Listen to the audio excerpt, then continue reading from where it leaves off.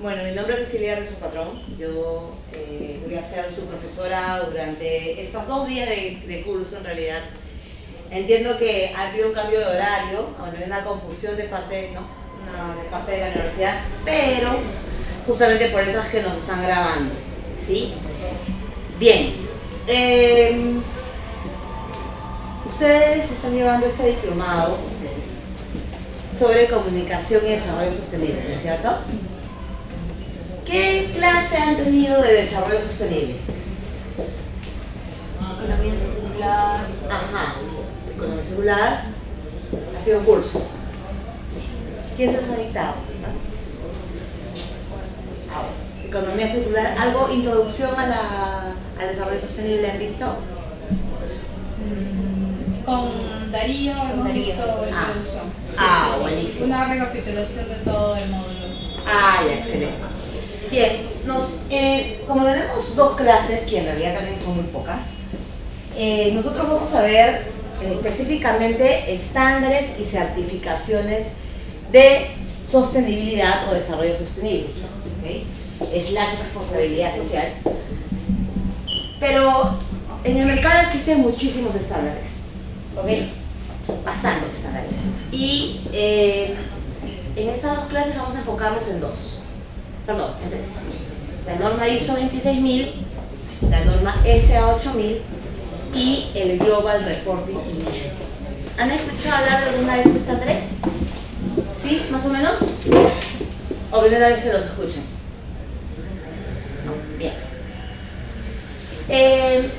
Entonces, el día de hoy vamos a enfocarnos en 2, bueno, se alcanza el tiempo porque con el simulacro y todo, hemos perdido un poco de tiempo, en 2 normas, la 26000 y la SA 8000, ¿ok? Y para ello les hemos entregado una impresión del reporte de sostenibilidad de Sodimac, ¿ok? Es importante que también nos traigan la próxima clase porque nos va a servir para poder entender todos los estándares, ¿ok? Bien. A ver, estos son recordales, ¿ok? ¿De qué se trata la sostenibilidad? ¿Alguien me puede decir en sus palabras qué significa sostenibilidad? Es la confluencia de 3 factores, el económico, el social y el ambiental. Procura el entendimiento de las necesidades del entorno y obviamente los de la empresa, pero a través de esta triangulación, ¿no? Que involucre los aspectos económicos. Muy bien, efectivamente, la sostenibilidad es involucrar en la toma de decisiones empresariales los 3 aspectos: económico, social y ambiental. ¿Okay? La sostenibilidad entonces tiene 3 patitas y, como verán, no hay una patita más gordita que otra, las 3 son iguales. Se le enfoca a sostenibilidad es que cuando una empresa o una organización toma decisiones, debería considerar estos 3 aspectos de manera igualitaria. ¿Ok? Ahora, también podemos entender como 3 círculos, y ustedes lo pueden también interpretar de esta manera. Cuando hablamos de un equilibrio económico, no solamente nos enfocamos en el tema de rentabilidad, sino también cuánto contribuimos al desarrollo económico de nuestro entorno. Por ejemplo, cuánto es lo que pagamos o contribuimos al empleo local, a cuánto compramos a proveedores locales, cuánto empleo local generamos, y también involucran el aspecto económico prácticas de buen gobierno corporativo. ¿Saben lo que es gobierno corporativo? ¿Más o menos? El gobierno corporativo son normas o estándares que ayudan al gobierno de una empresa. Por ejemplo, desde los accionistas se regula el conflicto de intereses, por ejemplo, que también hayan no solamente representantes de accionistas en el directorio, sino también directores independientes que no tengan acciones dentro de la empresa, que haya un comité de ética, ¿no? un comité que puede involucrar también de auditoría interna, etc. La idea es que, o un comité de ética que ayuda a que el desarrollo de las políticas de la empresa se haga de manera correcta, ¿no? Sin que exista ningún tipo de influencia de un accionista mayoritario que pueda tergiversar, digamos, el desempeño de la empresa. Por ejemplo, si yo fuese una empresa con un gobierno cooperativo, así yo tuviese el 70% de acciones, no podría decir a logística, contrata a mi hermano para que te venda papel, por ejemplo. Eso lo evita, es el conflicto de intereses. ¿Ok? Cuando hablamos del aspecto social, hablamos no solamente del tema de comunidad, que quizás uno siempre relaciona social con comunidad, sino también tiene que ver con el respeto a los derechos humanos, no solamente en los trabajadores, sino también hacia el entorno, con comunidad, con proveedores, etc. También involucra temas como la diversidad, la seguridad sociocupacional y cómo la empresa, por ejemplo, tiene una política de contribución de campañas políticas o no. Una empresa que contribuye a campañas políticas no necesariamente es socialmente responsable o no, simplemente debe ser lo público. Tiene que haber una transparencia sobre el involucramiento político de la empresa. Y ambiental es algo más directo, que tiene que ver cómo la empresa impacta en el uso de recursos, agua, emisiones, todo lo que tiene que ver con biodiversidad, generación de residuos, etc. ¿Okay? Acá hay otros ejemplos, ¿no? De cada una de las patas de la sostenibilidad en términos económicos, ambientales, sociales. Ahora, ¿qué quiere decir esto? Que si yo voy a hacer, por ejemplo, como empresa, voy a abrir una nueva planta de producción, no solamente debo pensar en la rentabilidad que me puede generar esa planta, sino también evaluar qué impacto social voy a tener. Si voy a generar empleo local, si voy a generar capacitación para gente de la comunidad que pueda trabajar en mi empresa, si voy a contaminar o no, cómo mitigo esos impactos. Entonces, las decisiones empresariales entonces deben involucrar estos tres aspectos por igual. Vamos a entrar con la norma ISO 26000. ¿Por qué de todos los estándares que pueden existir hemos elegido la norma ISO 26000 como una de las que vamos a detallar en este curso? Porque si bien es cierto, la norma ISO 26000 ha perdido un poco de poder en el sentido que no es certificable. ¿Okay? No es certificable porque cuando se aprobó en el 2010 se decidió así. Yo les he enviado a todos ustedes un Google Drive, un link de Google Drive donde van a encontrar la norma y también la presentación que les estoy haciendo el día de hoy. Y esta norma es voluntaria, es como una guía de recomendaciones a las organizaciones para ser socialmente responsables. ¿Ok? ¿Y por qué es tan importante? Porque fue ratificada o aprobada por 99 países, incluido el Perú. No hay ninguna norma en materia de responsabilidad social o sostenibilidad que tenga tanta legitimidad. ¿Okay? Por ello es muy importante que conozcan y se familiaricen con esta norma. Y también con la definición de responsabilidad social. ¿Okay?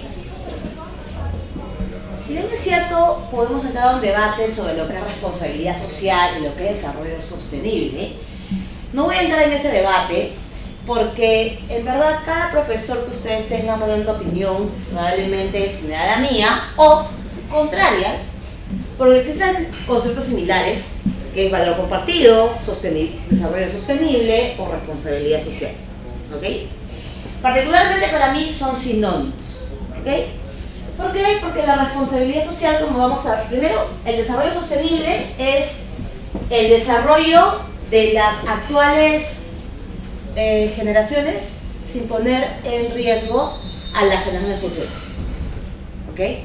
Es como yo genero negocios sin poner en riesgo a las generaciones futuras. ¿Okay? Eso es el desarrollo sostenible. Y la sostenibilidad deriva del concepto de desarrollo sostenible. ¿Y qué cosa es responsabilidad social?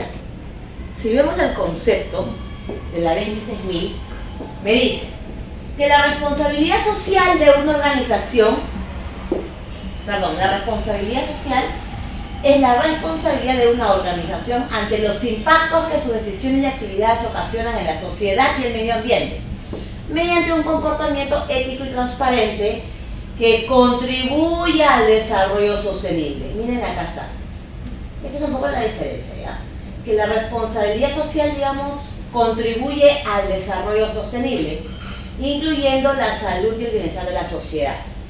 Toma en consideración las expectativas de sus partes interesadas, o stakeholders, o grupos de interés, en la literatura van a encontrar con diferentes nombres, cumpla con la ley nacional y la ley internacional de comportamiento y que esté integrada en toda la organización.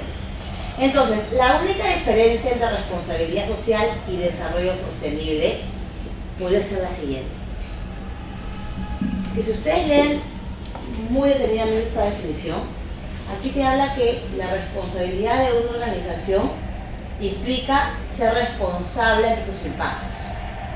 Es decir, yo puedo ser una empresa que produce cerveza, que es un casino, o es una empresa que produce cigarros, y yo tengo un impacto en la salud, definitivamente como una empresa de cigarros, pero yo puedo minimizar mi impacto. Ahora ya está regulado, pero hace 15 años una acción de responsabilidad social de una empresa de cigarros sería no hacer publicidad solamente dirigida a mayores de 18 años. ¿Okay? O una responsabilidad social sería que no se venda cigarros en ninguna bodega que esté a menos de 500 metros de un colegio. ¿Okay? Tú mitigas tu impacto, pero no cuestionas el core del negocio. Yo puedo mitigar el impacto como hace Banco, por ejemplo. El alcoholismo, yo sé que mi producto podría generar alcoholismo si es que consumo demasiado. ¿Y cómo responde Banco Miller ante esto? Ante su campaña de consumo responsable. Capacita, enseña, sensibiliza a sus clientes y consumidores para que tengan un consumo responsable. ¿Okay? Y hace campañas, el amigo elegido, no sé si recordarán, no tomes cuando manejes. Hay campañas que tiene Bacus dirigido a eso. Yo mitigo el impacto, pero yo no cuestiono el negocio. ¿Okay?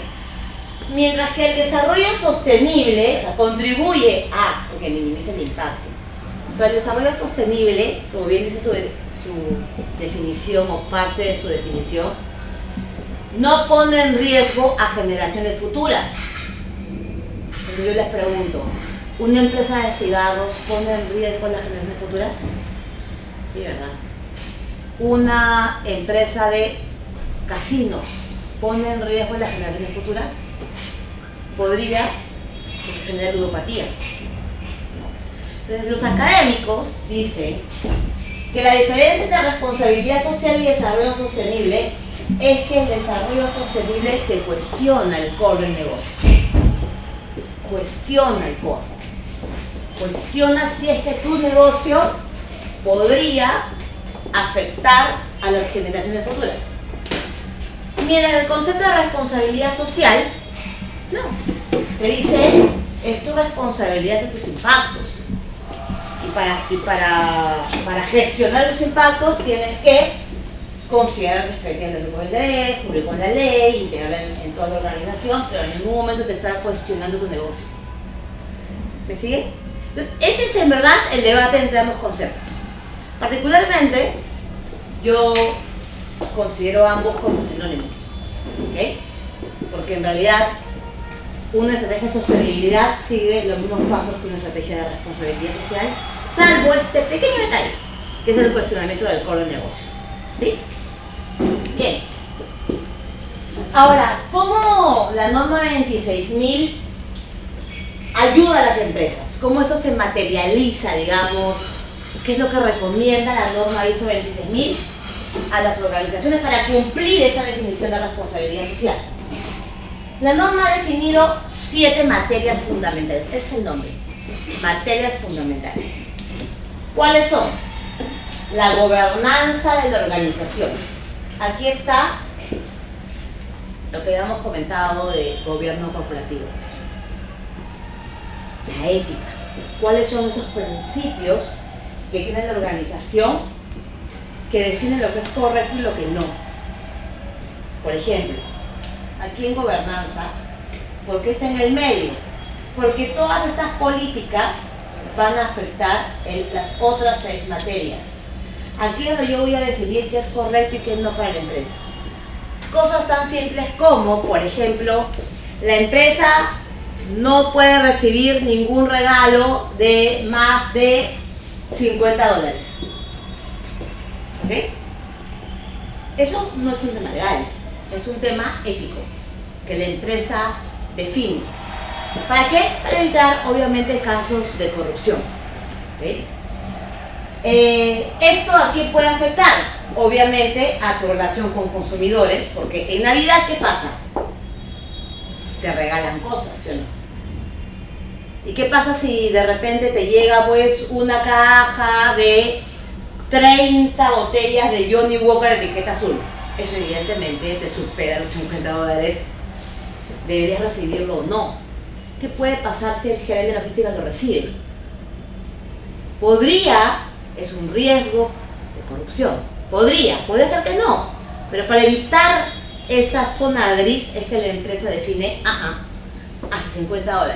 Y si no, se sortea o se dona, ya eso es algo que tiene que definir la empresa. ¿Ok?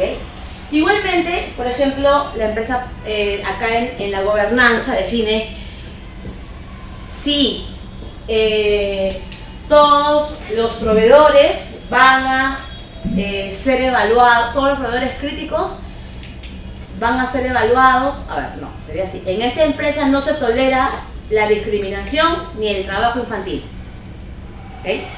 Eso no solamente va a afectar a recursos humanos cuando contrate, va a afectar a traer logística. ¿Por qué? Porque logística compra proveedores y va a tener que asegurarse que ese compromiso de no tolerancia al trabajo infantil y no discriminación también se cumpla en su relación con proveedores. Y también se cumpla con comunidad. Aunque no lo crean, el área de comunidad, y yo recuerdo un caso de una empresa, una empresa de generación eléctrica, que uno de sus proyectos bandera con la comunidad era el desarrollo de piscigranjas. ¿Okay? Entonces ha hecho piscigranjas y en ese momento había recibido una auditoría, estaban haciendo una auditoría justamente en el tema de sostenibilidad, y va el auditor de CGS, me acuerdo, y empieza a ver el proyecto, a hablar con la gente, y de repente se dio cuenta que había pues unos chiquitos trabajando en las piscigranjas, y eran los hijos de la gente que estaban trabajando en la piscigranja porque eran vacaciones, chicos de 11, 12 años. ¿Ya? Eso es trabajo infantil. Entonces, hasta tu proyecto bueno con la comunidad tienes que tú garantizar que no se involucre menores de edad. Entonces, todo lo que se genere aquí en gobernanza, que vamos a ver lo que es, va a impactar a todas las demás materias, o a todas las relaciones que tengas con otros grupos de interés. ¿Okay? Estos son los valores, las prácticas que tiene la empresa o que ha establecido la empresa para que se cumple en todas las áreas en relación con todos los grupos de interés. Esto es la gobernanza. ¿Ya? Entonces,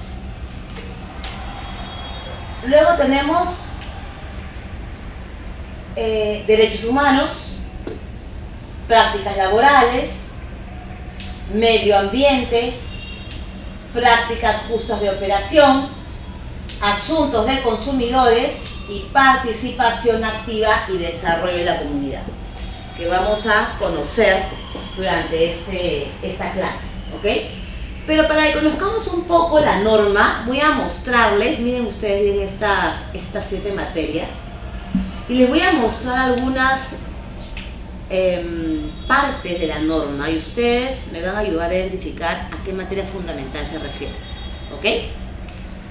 Miren, la norma, una parte de la norma, es más, una de las materias que mencioné anteriormente, establece que una organización debería dejar de proporcionar bienes o servicios a una entidad que los utilice para cometer abuso de los derechos humanos. Además, no establecer alianzas formales o informales o relaciones contractuales con contrapartes que cometan abusos de los derechos humanos en el contexto de dicha alianza o en la ejecución del trabajo continuado. Por ejemplo, no contratar a un proveedor o un contratista que podría tener algún abuso laboral, o sea, por ejemplo, que no tenga su gente en planilla, que no pague gratificaciones, que tenga o haya tenido despidos, digamos, no justificados. ¿Okay? Además, se dice que una organización debería informarse sobre las condiciones sociales y ambientales en las que se producen los bienes y servicios que adquiere. ¿Ustedes saben cómo una empresa podría asegurarse de esto? ¿Conocen alguna práctica que tenga una empresa para asegurarse que un proveedor cumpla con estas exigencias ambientales y sociales? Contratar auditorías como CGS. O homologarlos también. Exigirle a tus proveedores críticos, ok, ustedes se van a homologar. ¿Qué cosa es una homologación? Es cuando la empresa define qué es lo que tolera o qué no. Es decir, vas a tener que, tú como proveedor mío no puedes tener trabajo infantil, trabajo forzado, discriminar, no puedes contaminar, tienes que tener clasificados tus residuos, tener un código de ética, etc. Y en base a eso, pedirle a tu proveedor que se homologue, es decir, que se audite, que sea evaluado en base a esos criterios. ¿Okay? Entonces, si yo veo esta parte de la norma, ¿a qué materia fundamental estaría relacionada? A ver. ¿Derechos humanos? Sí. Vamos a poner aquí ya. Todos creen, ok, derechos humanos. Pregunta. Ok, podría ser. Que a su vez está con prácticas laborales en medio ambiente. Sí. Pero también está este de acá. Prácticas justas de operación. Que justamente es cómo la empresa establece prácticas que sean justas para sus socios comerciales, tanto para proveedores como para distribuidores, por ejemplo. ¿Okay? Vamos a continuar y luego revisamos si es correcto o no. Segundo, ¿qué dice la norma? Para promover la competencia justa, una organización debería realizar sus actividades de manera coherente con las leyes y regulaciones en materia de competencia y cooperar con las autoridades competentes. ¿Okay? Establecer procedimientos y otros mecanismos de salvaguarda para evitar involucrarse o ser cómplice de conductas anticompetencia. No sé si ustedes escucharon hace más o menos, creo que hace más o menos de 2 años, que una empresa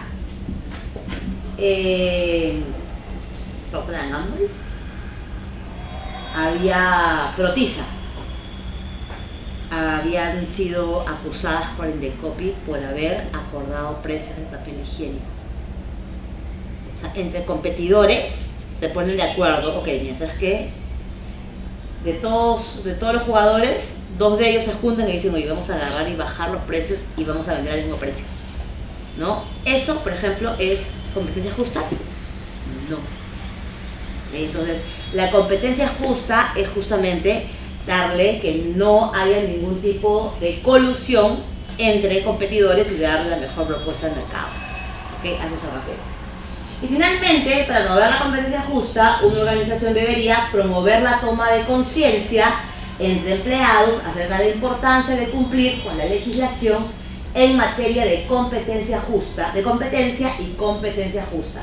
Eso tiene que ver mucho con el tema de ventas, ¿cierto? ¿Cómo capacitas tú a tu personal de ventas? Recuerdo un caso, estoy siendo grabada, pero de una empresa de seguros, no voy a decir cuál, que empezó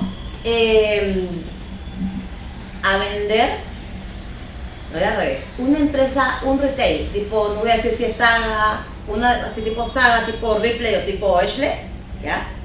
Una de las 3, empezaba a llamar, ¿no es cierto?, y decir que querían vender seguros. No sé si alguna vez están haciendo una llamada. Te vamos a vender un seguro, ¿no? Ya. y era un seguro de salud tipo para Pacífico o Rima, ¿no? Entonces imagínate que fuera para Rima, ¿no? Le decían, bueno, ya quiero un seguro de salud, que no sé qué, sí. Ah, ya, entonces se lo cargamos a la cuenta de Ripley o Saga, ¿no? De repente venía el consumidor y le recibía su recibo de Ripley y estaba cargado ahí el seguro, ¿no?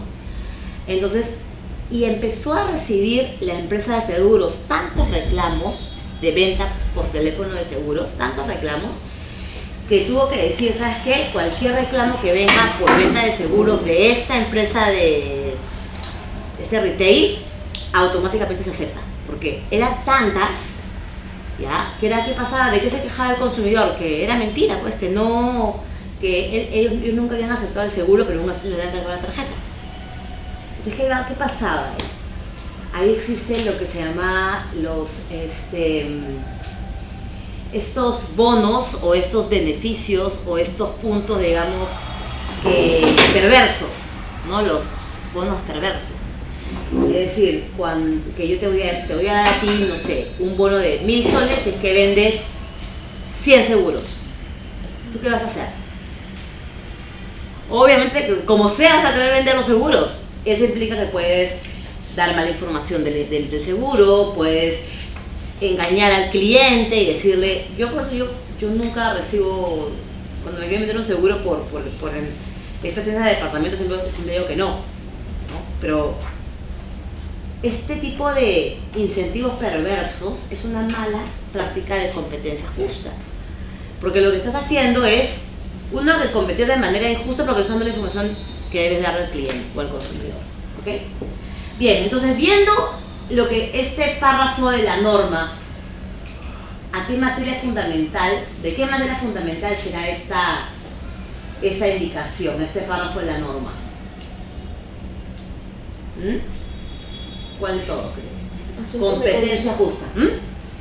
Puede ser prácticas justas de operación. Ok, puede ser prácticas justas de operación. ¿Alguna otra idea?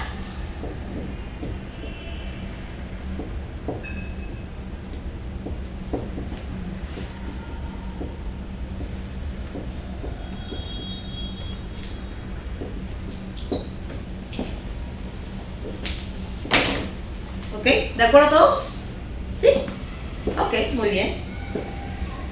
Continuamos. ¿Qué dice? ¿Qué es lo que nos dice este párrafo?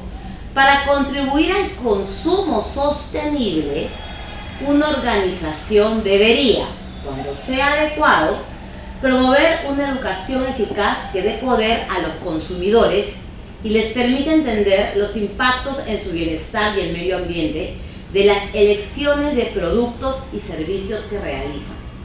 Se puede proporcionar consejo práctico sobre cómo modificar los patrones de consumo y realizar los cambios necesarios. ¿Okay? ¿A qué se referirá eso? ¿Ustedes conocen algún producto que te dé indicaciones sobre cómo utilizar o los beneficios del producto o cómo disponer del producto?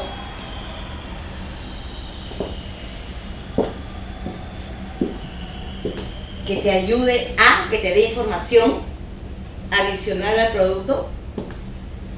Promover una educación eficaz que dé poder a los consumidores y les permita entender los impactos en su bienestar y el medio ambiente de las elecciones de productos y servicios que realizan. Algo de lo que está pasando ahora, que son los octógonos. Bueno, pero esto no es algo, digamos, ahora es obligatorio, ¿no? Pero el octógono les da información o no? Sí. Un montón de información, ¿no? Hay incluso algunos productos tipo barras de cereal que yo por ejemplo las compraba pensando, ¿hasta dónde pensar las manzanas? Ahora tú ves alto en azúcar. Entonces ya es realmente, te da información. Pero también, no voy a poner de ejemplo la Coca-Cola, pero por ejemplo hay empresas que sí te dicen acá, por ejemplo, un muñequito que te dice, oye, botar a la basura, o te dice de que esto es un plástico reciclable, ¿no? O por ejemplo, imagínate que acá también te diga, no te olvides de hacer deporte, el deporte es salud, ¿no? Por ejemplo, o algún producto que te diga, bueno, vamos a destinar un porcentaje a esta actividad social, etc. ¿ok?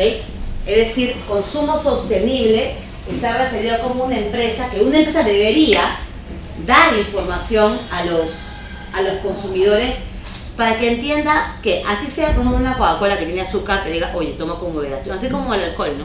Que era por obligación de toma con moderación, igual sea para productos que son altos en azúcar, ¿no? Por ejemplo, no sé, Donofrio con sus helados, ¿no? Ok, cómelos pero con moderación, ¿no? En el caso incluso de Coca-Cola, no sé si han visto que han salido unas botellas chiquitas, ¿no es cierto? Ya.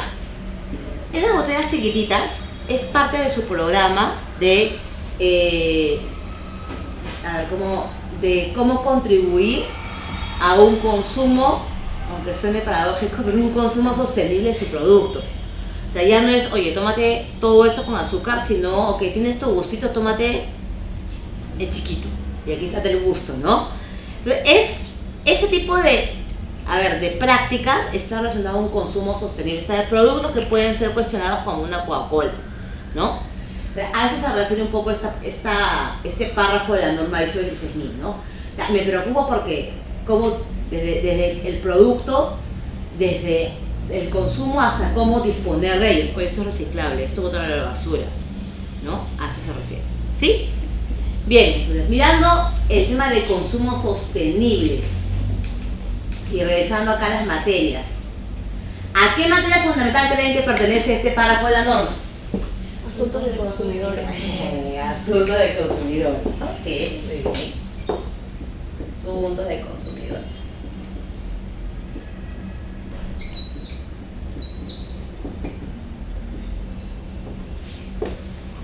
Muy bien.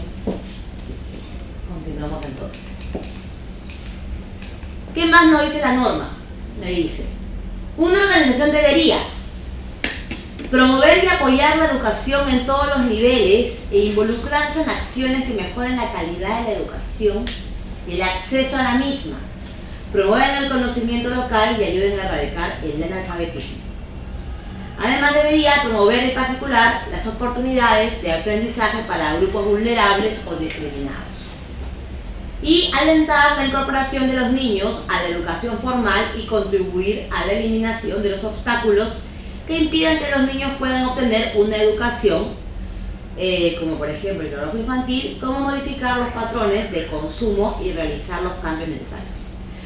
Por ejemplo, ¿no? Todavía en nuestro país, aún con los esfuerzos que se ha hecho con ese enfoque de género para la educación primaria y secundaria, todavía existe un problema entre el porcentaje de niños y niñas que van al colegio. Todavía existe en el Perú mayor porcentaje de niños que de niñas que van al colegio, porque si en ciertas poblaciones de nuestro país, entre un niño y una niña, se prefiere que vaya el niño al colegio y que la niña se quede a ayudar en casa. ¿Okay?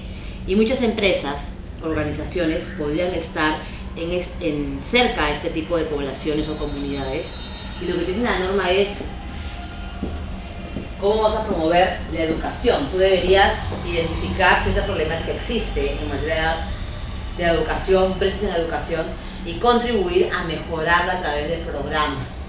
¿Okay? Entonces, existen N programas educativos que pueden desarrollar las empresas, entre ellos, por ejemplo, promover o sensibilizar a comunidades para que también manden a sus hijas a los colegios, ¿no? Al colegio, o también incluso apoyar a los mismos colegios. Hay empresas que hasta pagan a los docentes de empresas de colegios públicos para que sigan enseñando a los alumnos de ciertas comunidades. ¿Okay? Bien, entonces, leyendo este párrafo de la norma, ¿a qué materia fundamental creen que pertenece? Participación activa y desarrollo. Muy bien, a ver, participación activa y desarrollo de la comunidad.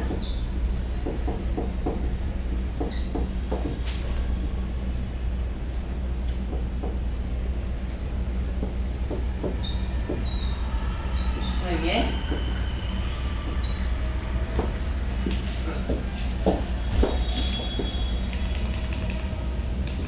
Disponible. Luego tenemos un extracto de la norma que nos dice: una organización debería responder por los impactos de sus decisiones y actividades en la sociedad, el medio ambiente y la economía, especialmente las consecuencias negativas significativas y las acciones tomadas para prevenir la repetición de impactos negativos involuntarios e imprevistos. Por ejemplo, ¿no? Es un poco lo que está haciendo Graña Montero, ¿ya? Graña Montero, como ustedes saben, ha estado involucrada y está siendo investigada por casos de corrupción o por haber, digamos, coludido con Odebrecht para pagar coimas a los gobiernos por las obras públicas, ¿correcto? Ok, y lamentablemente ha tenido problemas hasta judiciales, han tenido prisión preventiva para sus ejecutivos, han tenido que cambiar el directorio. Pero ¿qué es lo que están haciendo para cambiar o para evitar que eso suceda? Justamente fortalecer sus prácticas de anticorrupción, sus prácticas éticas, ¿no? Están buscando evitar que eso suceda otra vez, ¿no? Poniendo obviamente controles, capacitando, poniendo acciones fuertes en contra de este tipo de delitos dentro de la empresa, ¿ok? Entonces, a eso se refiere. Cómo una empresa responde por estos impactos que pueda tener y qué acciones toma para evitar eso. ¿Ok? ¿Entiende? Ya. Viendo esto, ¿a qué materia fundamental se estará refiriendo?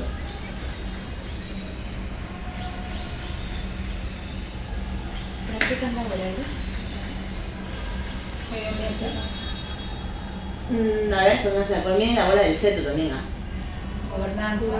Me debo olvidar, la gobernanza, efectivamente. Eso como que es más macro, ¿verdad? Es mucho más macro. ¿Tiene que ver ahí la parte de compliance de la empresa? Totalmente. Todo lo que tiene que ver con compliance, efectivamente. Ahí está, en gobernanza. ¿Saben lo que es compliance todos?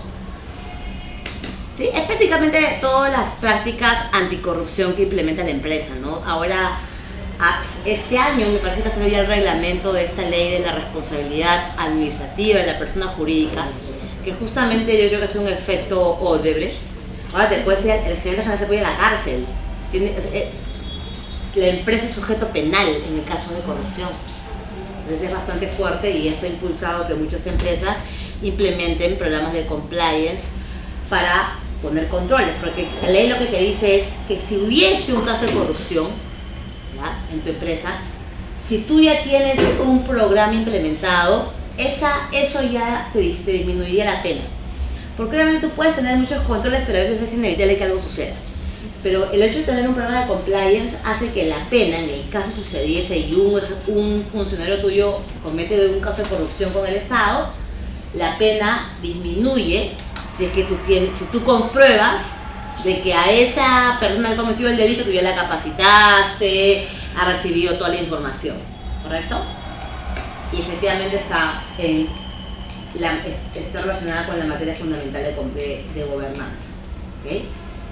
Y un extracto más. Una organización debería reconocer la importancia que tienen las instituciones de diálogo social, incluso a nivel internacional, y las estructuras de negociación colectiva aplicables.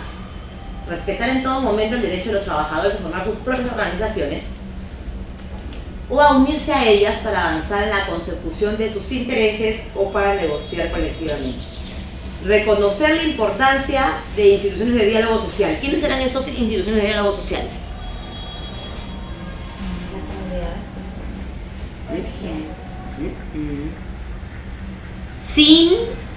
Sindicatos, efectivamente.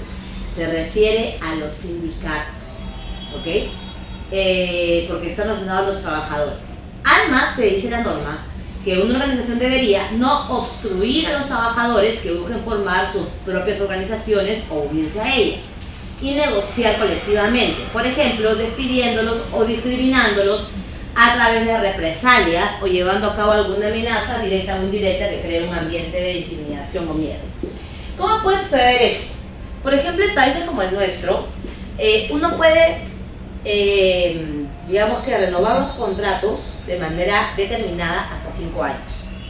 Yo puedo tener un trabajador, ¿no? 3 meses, cada 3 meses, puedo renovarle hasta que sea 5 años. Después de 5 años ya es indeterminado. ¿No es cierto? Esa es la ley. Entonces, por ejemplo, imagina que yo tengo a mis trabajadores con un contrato de 6 meses y de repente quieren sindicalizarse. ¿Yo qué puedo hacer para obstruir que se haga un sindicato? Los amenazo con no renovar el contrato, o es más, no les renuevo el contrato. Eso es una práctica lamentablemente un poco común que sirve para amenazar a los trabajadores o disuadirlos de formar sindicatos. Y la norma te dice, ojo, no puedes utilizar esas, tienes que darles libertad a tus trabajadores para que se puedan organizar. Ahora, no te dice de que necesariamente hay un sindicato, pero que tengan la libertad para hacerlo, o otro mecanismo de diálogo, ¿no? Por ejemplo, Damper Trujillo, bueno, es Damper porque tiene operaciones también en Arequipa, no tiene sindicato, pero lo que tienen es, le llaman clubes Damper. Cada planta, Damper produce o exporta espárragos, pimientos, los blueberries, y ahí tiene plantas de empaque, tiene fundos donde obviamente siembran esos productos, y en cada fundo y en cada planta tienen un club Damper. No es un sindicato, pero es una organización de trabajadores que se reúne, me parece que es una vez al mes, con el gerente de recursos humanos y conversa sobre sus necesidades. Entonces, no hay un sindicato, pero sí existe un mecanismo de diálogo social conformado solo por trabajadores y trabajadoras. ¿Sí? Muy bien.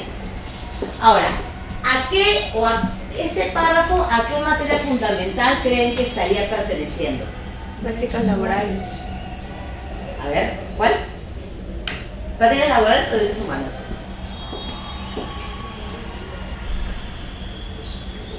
Yo creo que prácticas laborales. Es un poquito de los dos, ¿no? Pero como es solo de trabajadores, porque los derechos humanos es de todos, entonces, como que es prácticas laborales, ¿okay? Laborales.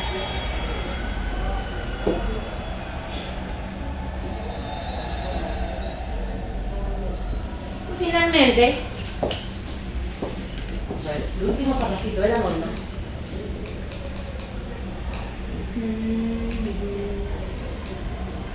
Le dice, en relación con todas sus actividades, una organización debería identificar la fuente de energía, agua y otros recursos utilizados, medir, registrar e informar sobre los usos significativos de energía, agua y otros recursos, e implementar medidas de eficiencia en los recursos para reducir el uso de energía, agua y otros recursos, teniendo en cuenta indicadores de mejores prácticas y otros niveles de referencia. ¿A qué materia fundamental pertenecerá este párrafo? A ver. Medio ambiente. Esa sí fue mucho más directa, ¿no es cierto? Medio ambiente. Muy bien, chicas.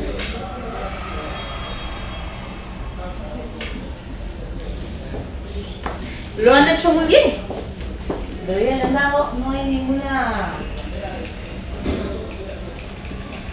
A ver.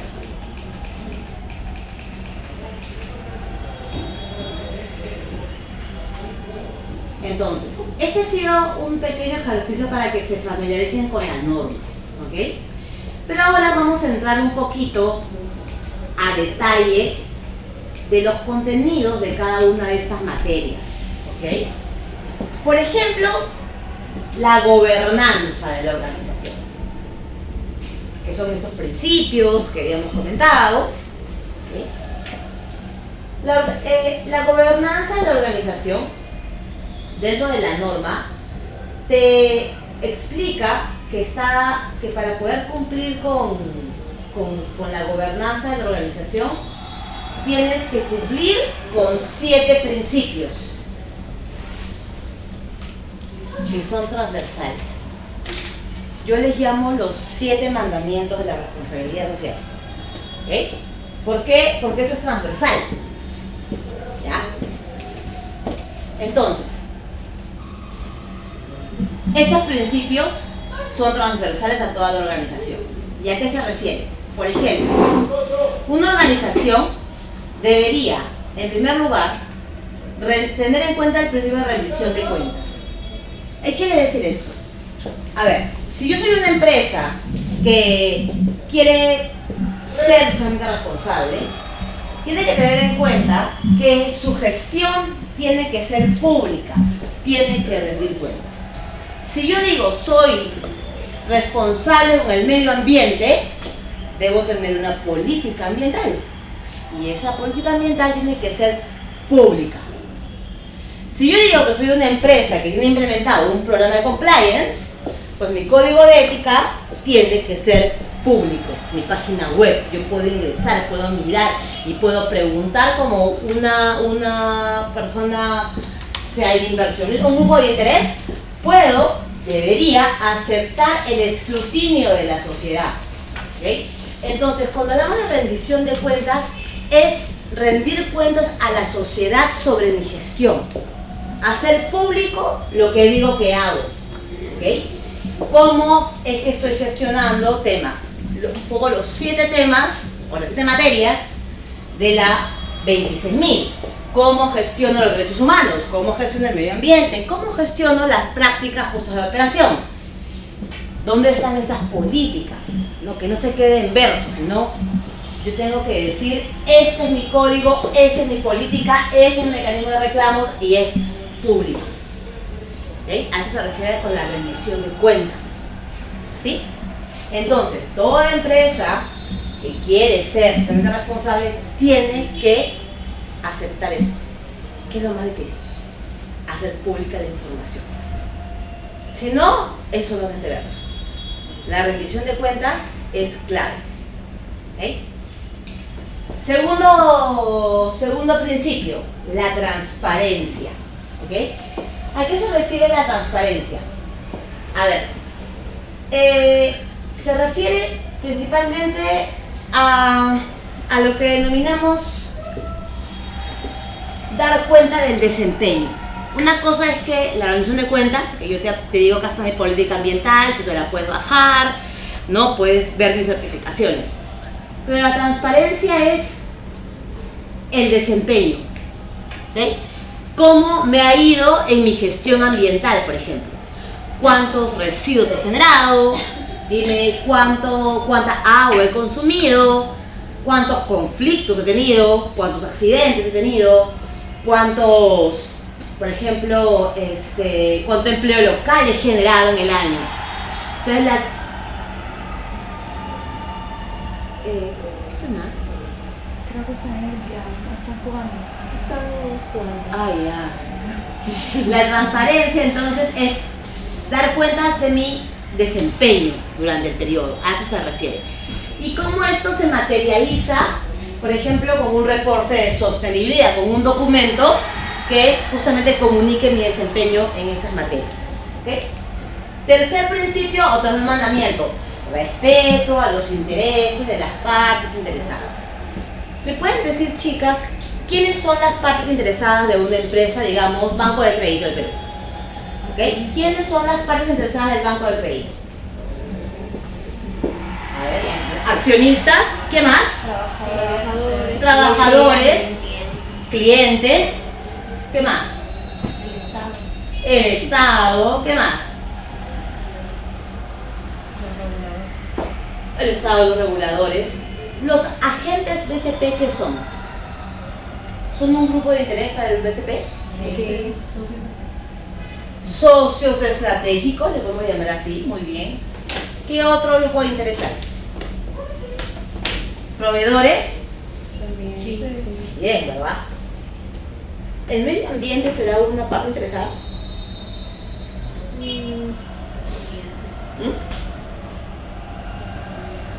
La comunidad, sí.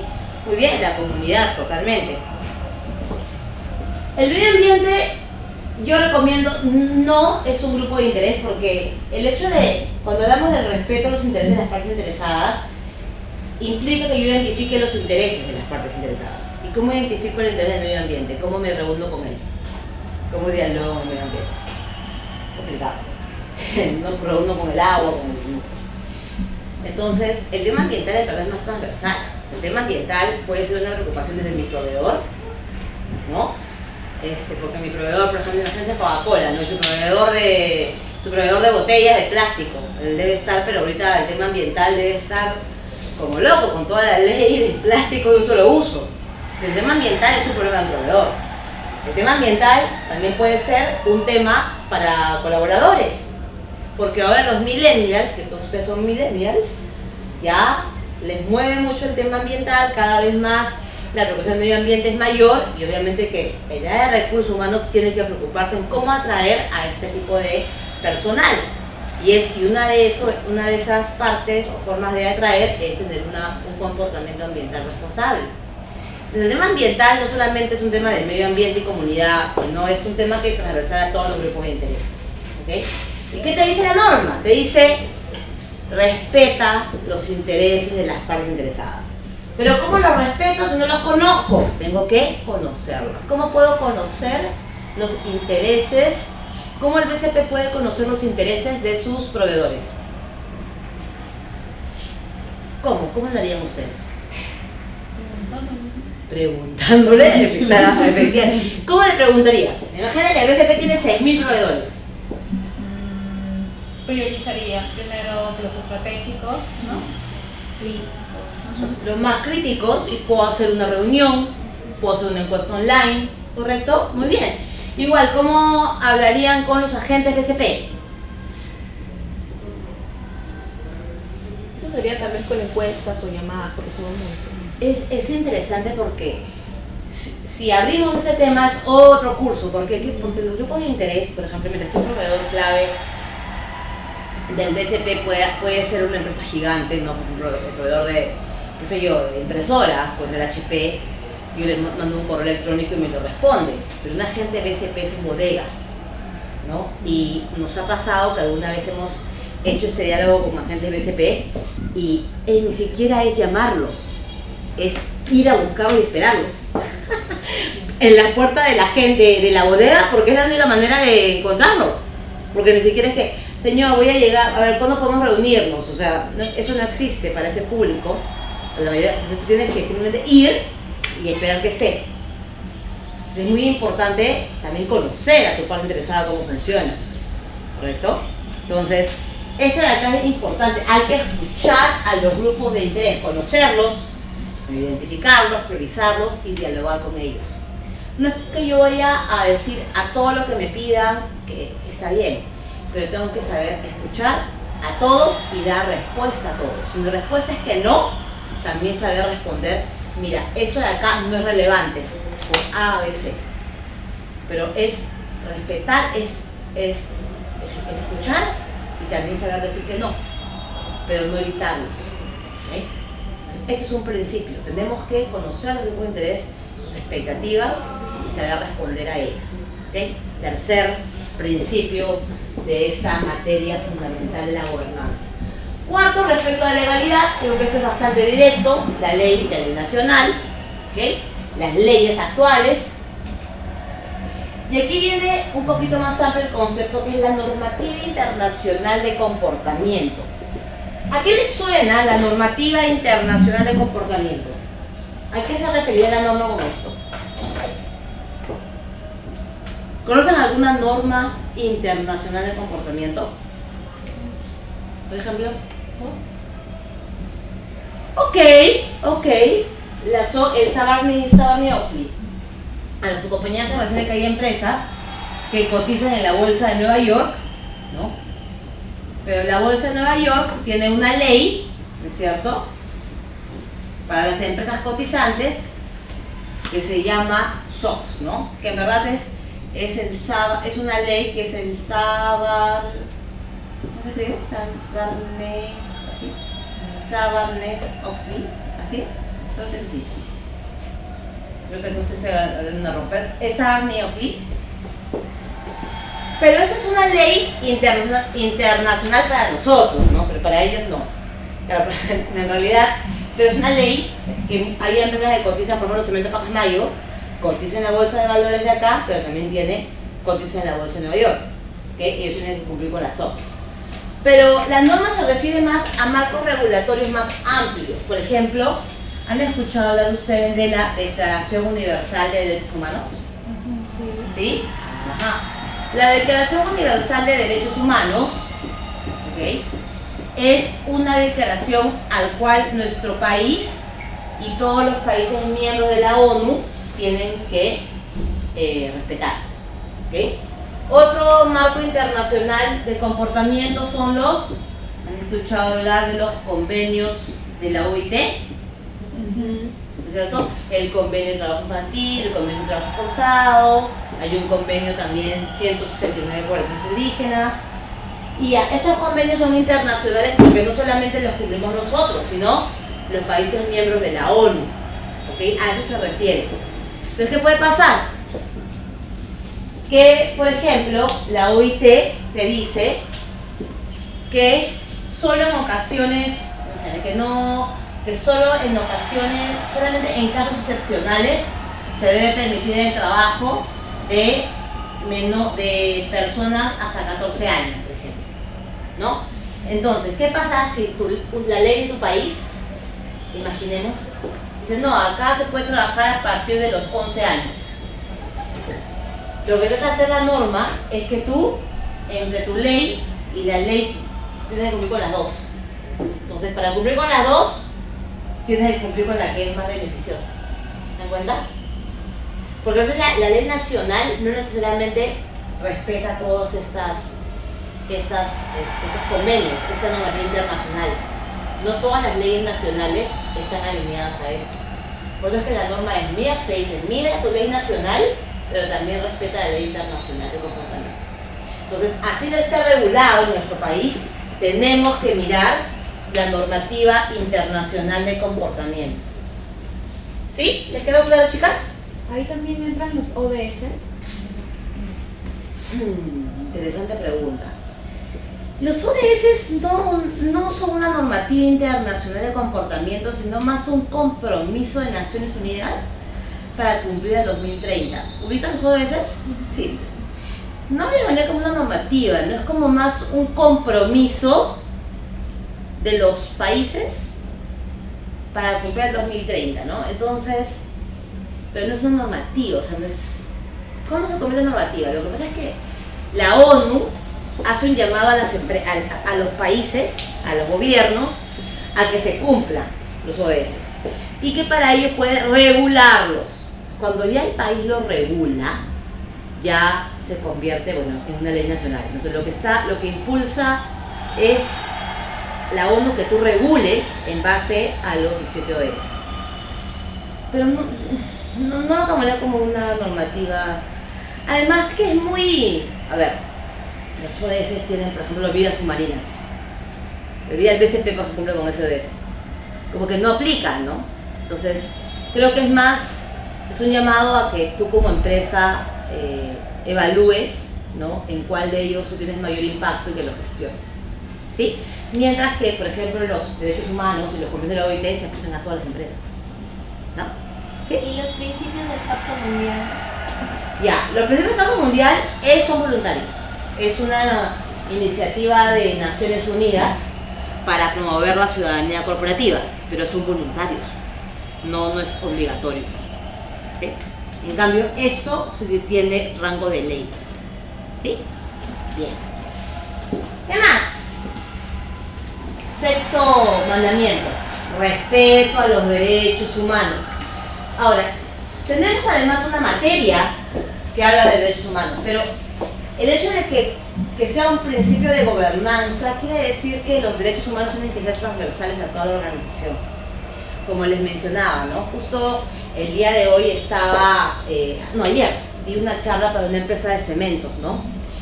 Y claro, hablando del Pacto Mundial, ellos están adheridos al Pacto Mundial. O sea, el Pacto Mundial te dice que no puedes tener trabajo infantil, trabajo forzado, no discriminar, y eso es perfecto, son derechos humanos, sí. Pero cuando se habla de derechos humanos, no solamente se refieren a los trabajadores, sino también a otros derechos, que son los derechos civiles, políticos, culturales, y entre ellos está el derecho a la salud. Entonces la pregunta era, hemos hecho, a esta empresa cementera, han hecho una evaluación o un due diligence sobre qué derechos, como el derecho a la salud, estamos afectando la salud de la comunidad al producir cemento? Porque hay un polvillo que se genera. Puede ser que sí, puede ser que no, pero lo han medido. Si no lo han medido, ahí tienes un riesgo de derechos humanos, porque no se está contaminando a la gente. Entonces, el derecho humano no solamente es, estoy en el Pacto Mundial, ya cumplo con derechos humanos. No. Los derechos humanos son transversales, implica tu relación con todo tu grupo de interés, también con proveedores.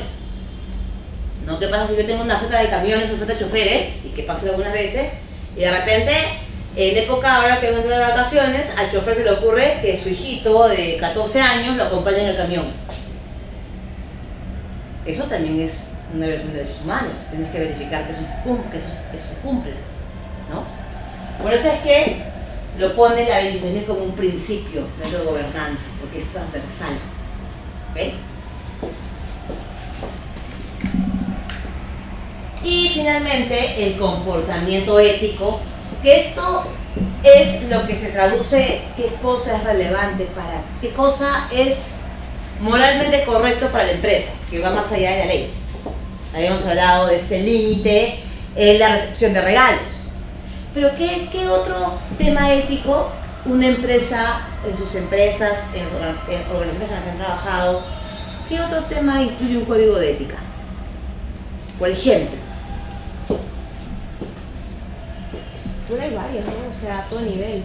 Puede ser el tema de corrupción con los gobiernos, incluso las relaciones interpersonales en los trabajos. Desde las relaciones interpersonales, efectivamente. Desde que yo no puedo, si yo soy gerente, no puedo contratar a mi sobrino, por ejemplo. Eso está, por ejemplo, en el tema de las relaciones filiales, ¿no?, entre trabajadores, por ejemplo, ¿no? Conflicto de intereses, ¿no? Hay varias cosas que no necesariamente están reguladas por ley, pero yo como empresa lo pongo como como un principio ético, ¿no? Ahora, hay que tener mucho cuidado también con la violación de tus libertades personales, ¿no? Por ejemplo, muy delicado eso de que no puedas tener relaciones interpersonales, porque, dentro de la empresa, no, pero afuera, porque ¿cómo una empresa podría justificar que se prohíban las relaciones sentimentales? O sea, sí que se ve que hay un tema de conflicto de interés. Muy bien, eso es algo totalmente directo, ahí no entra, digamos, yo pienso que es totalmente objetivo que yo diga, si es que, por ejemplo, una trabajadora está con un trabajador, podría haber conflicto de intereses, porque podría, justamente en su relación sentimental, podría estar fluyendo información, ¿no?, que pueda generar problemas en la empresa, ¿no? Entonces, toda práctica ética o toda indicación ética que dé la empresa tiene que también tener una justificación objetiva, ¿ok? Por ejemplo, ¿no?, había una empresa también que decía que estaban, que solamente contrataba personas evangélicas. Ya, eso no tiene ninguna... ¿Por qué? ¿Cuál era su explicación? Porque era una fábrica de chapitas. Eran las chapitas de las empresas, de las botellas de vidrio, ya, que decía que solo le contrataba operarios evangélicos. ¿Por qué? Porque su religión les prohíbe tomar. ¿Ya? Entonces tenía muchos problemas porque los de otras religiones se les pagaba pues su jornada semanal y se lo iban a tomar. Entonces al día siguiente al octavo día no llegaban tarde, o se incrementaba la tasa de accidentalidad, porque como estaban resaqueados, entonces dijeron, acá todos evangélicos. Entonces, eso está mal, eso no es una razón objetiva, porque estás diciendo que todos los católicos son borrachos y no es así, ¿no? Entonces, hay que tener cuidado con cuáles son estos criterios, ¿cierto? Muy bien. Entonces, hemos terminado los 7 principios de la materia fundamental de gobernanza de la organización, ¿ok? Y ahora entiendo que tenemos la break, ¿no? Hasta las 9:30 y volvemos para la siguiente materia, que es derechos humanos.